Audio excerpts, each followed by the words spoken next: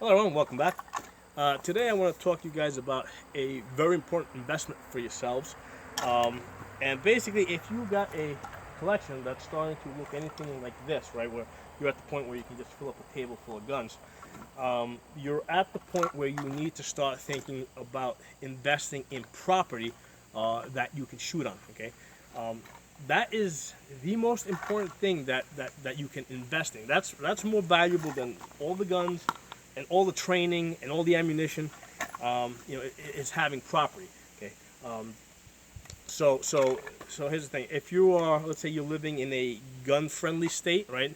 A lot of you guys are living, let's say, in a city. Okay, if it's a gun-friendly state, you could probably look into buying a property that's maybe an hour outside of the city. Okay, if you're in a state that's not gun-friendly, okay, you don't want to buy property in that state. You want to look for property in the next closest state that is gun-friendly. Okay, so you want to get out of your state, and buy. You don't want to invest money in a state that's not gun friendly. So you want to go to the next closest state that is gun friendly, and buy property there. You want to buy as much property as you possibly can, because they're not making any more of it. Um, so buy as much as you possibly can. Now you want, you know, ideally you want a property uh, that has different types of terrain. Okay, you want a property that has some hilly, mountainous areas, right? Has some hills, that has maybe some wet areas, a stream running through it. That's got areas that have high grasses, areas that have lots of trees, areas that are kind of clear. So that's an ideal situation. You want a property that you can do lots of different types of training on. Okay. Um, Now, climate-wise, ideally you want a property that's going to go through all four seasons, where you have a hot summer, you have very cold winters with snow. You've got a property with, that has the fall and the spring. So that will allow you to do a lot of different type of training. So that's an ideal type of situation. Now, something to be aware of is that properties that are mountainous, okay, or very wet, right, like wetlands, you'll be able to buy them a lot cheaper. Okay, you'll be able to buy them a lot cheaper because people really can't. You can't build on those properties. You can't easily build on the side of a mountain. You can't build in wetlands, so they're of less value to developers. So that means that you'll be able to buy them at a better price, and not only that, you'll be able to make better use of them for your training purposes. Okay, because you have the mountain, you have the wetlands, you have so the type of properties that people don't want, that developers don't want, is the type of properties that we do want as shooters, as tactical shooters. One of the things to consider is that it's really important for you guys to think about buying property long term, because you cannot fully utilize the potential of these guns unless you have your own property to shoot at. Because most ranges, they won't even let you do holster drills. Okay, let alone moving and shooting from cover, shooting from different positions, from prone, from kneeling.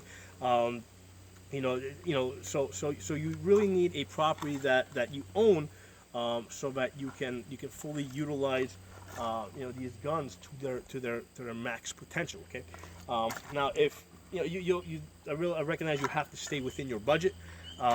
So even if you get yourself a small property that you can set up some backstops on, okay, that's better than going to a commercial shooting range. Okay, so anything is better than nothing.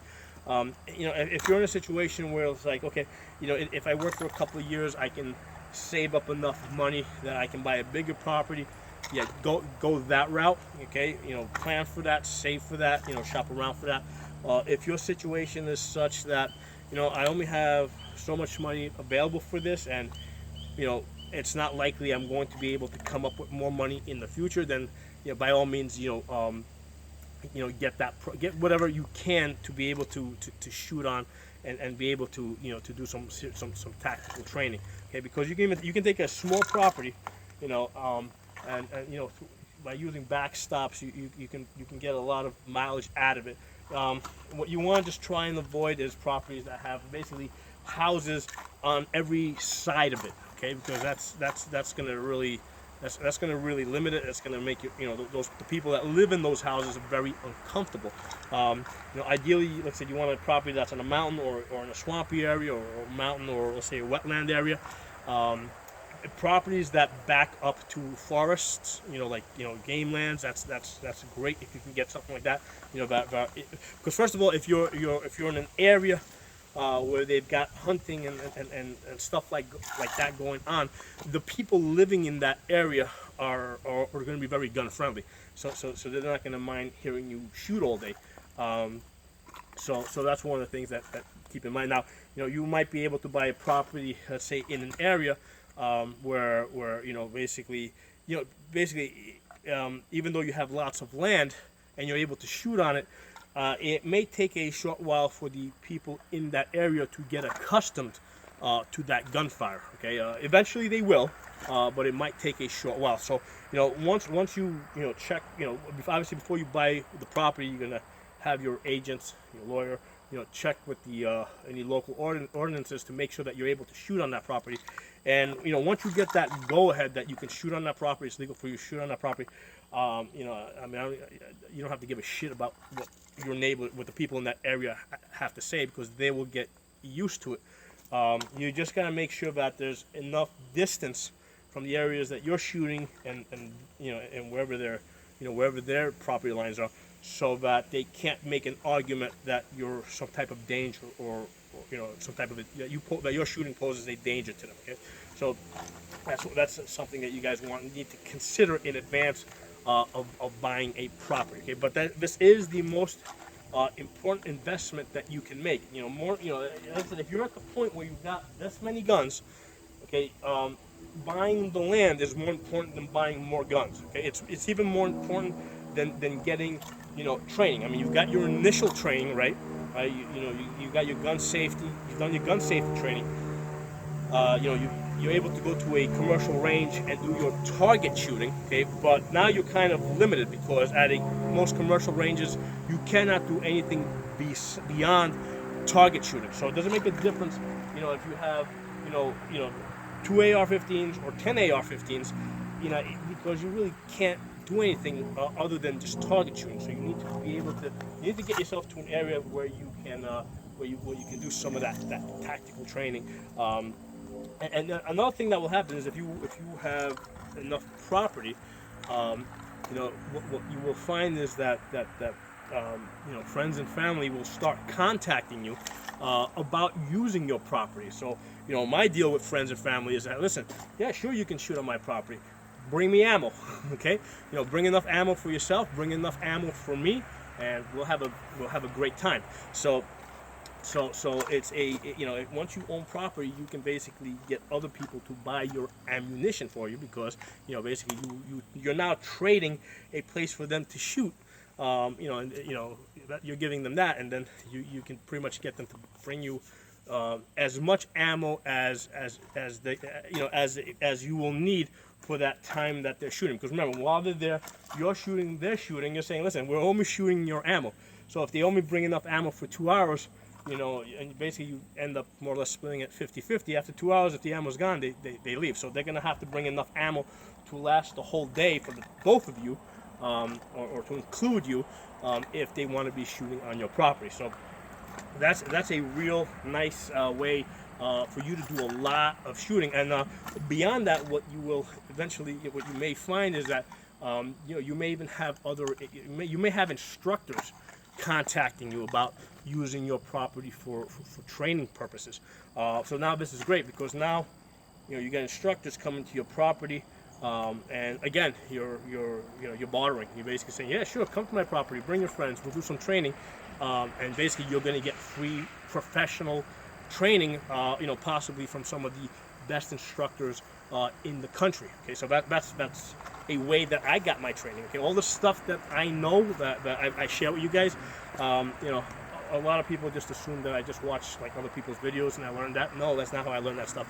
I've learned it from actual military people that need a place to shoot themselves, and basically I do a barter with them. Bring me ammo and training, and and we're gonna have a good time here. Okay, that's how I get my training.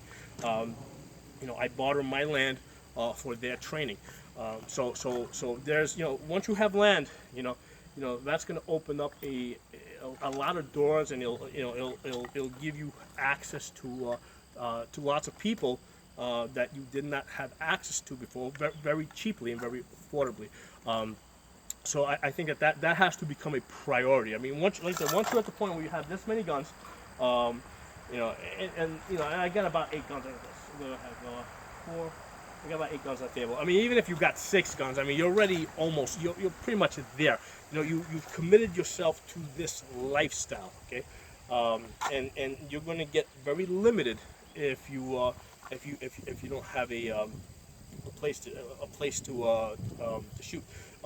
Now, another reason, even if you're, let's say, in a state that is gun friendly, and let's say you're a farmer, right? So you have the land that you work is you're able to shoot on, right? You still want to consider buying another property that's dedicated just for shooting purposes, okay? And now we're talking about moving this even a step further, because basically, if at all possible, I don't want to have all my eggs in one basket. So I don't want to have all my guns at my primary residence. I want to have some guns at a secondary residence or third or fourth property.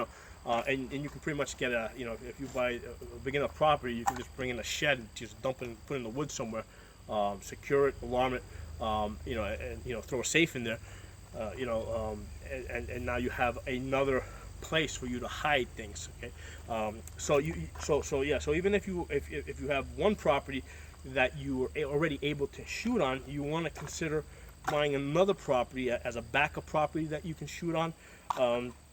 Also, keep in mind that as you go through life, things happen. I mean, I myself happily married with kids, but I've heard and spoken to other people who have had who have had difficulties with their wives, okay? And especially if you're getting into a divorce type of situation, especially if it's a hostile type of divorce, and she goes to a lawyer. Basically, they're looking for anything and everything to make your life difficult. Basically, they're going to make use of these red flag laws. Red flag laws are a way for lawyers to make money because they charge extra for those services of pursuing that. You don't want to be in a situation where, if at all possible, where everything is in one place, because if things don't work out with your wife or your girlfriend or whatever, because remember, with these red flag laws, anybody can pretty much red flag you. You want to have another location besides your residence where you're shooting, and you're storing guns. Okay, so that's an important thing for you guys to consider. I heard there was one recent case in New York that I heard of, where same situation. You had this guy was actually a doctor, and basically he was having difficulties with his wife, and the wife pretty much red flagged him. Cops came, found that he had 30 round magazines, and all of a sudden he's being hit with felons. Okay, now there's absolutely no excuse for that. Because this guy was a doctor. He could have easily bought some cheap land, one state over. I mean, he could have easily bought some land, got all those guns someplace else, and basically would have also had a place to get away from that woman, really quickly. One of the things I will tell everybody that I run into, no woman is worth you losing your gun rights. Okay, so I don't care how pissed off you get. Okay, just remember, she's not worth losing your gun rights over. Okay, just walk away. Take your stuff, and leave. So you're not going to fix her by hitting her. Okay, you're not going to fix her. That's not. I mean, if you're at that point, things aren't going to get better. Okay, things are going to only get worse. So if you can't fix her by talking to her, you're certainly not going to fix her by hitting her. And it's not worth losing your rights. And furthermore, even if you're not hitting her, in today's world, I mean, pretty much women have gotten accustomed to this idea that they can simply make an accusation, and it will be believable. Okay, so you have to be in a position. You know, once you get invested in this many guns, okay, you need to be in a position to get out fast. Okay, and you know, and move all your property out of wherever you're living really fast. Okay, so a couple of things for you guys to think about. If you like this video, share it, give it a thumbs up. If you're not a member of my channel, subscribe. I'll see you guys next time.